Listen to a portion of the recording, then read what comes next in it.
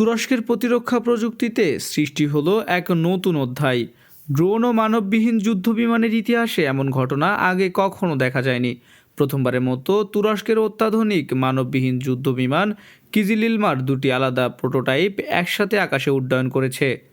এই দুটি হলো PT-3, PT-5। সবচেয়ে গুরুত্বপূর্ণ বিষয় হলো এই উড্ডয়ন কোনো মানব নিয়ন্ত্রণ ছাড়াই সম্পন্ন হয়েছে।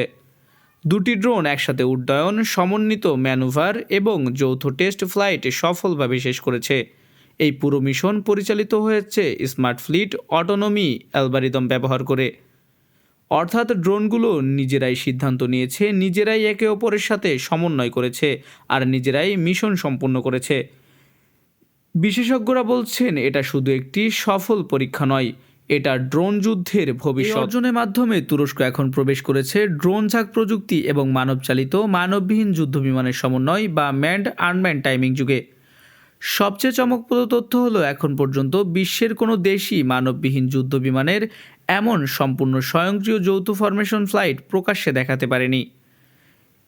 এর অর্থ কি? এর অর্থ ভবিষ্যৎ যুদ্ধে একজন পাইলটের সাথে আকাশে থাকবে একাধিক স্বয়ংক্রিয় যুদ্ধ ড্রোন, যারা নির্দেশ ছাড়াই শত্রুকে চিহ্নিত করবে, ঝুঁকি নেবে আর আঘাত আনবে।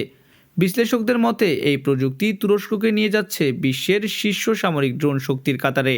ড্রোন যুদ্ধের মানচিত্র বদলে যাচ্ছে আর সেই পরিবর্তনের সামনের সারিতে তুরস্ক।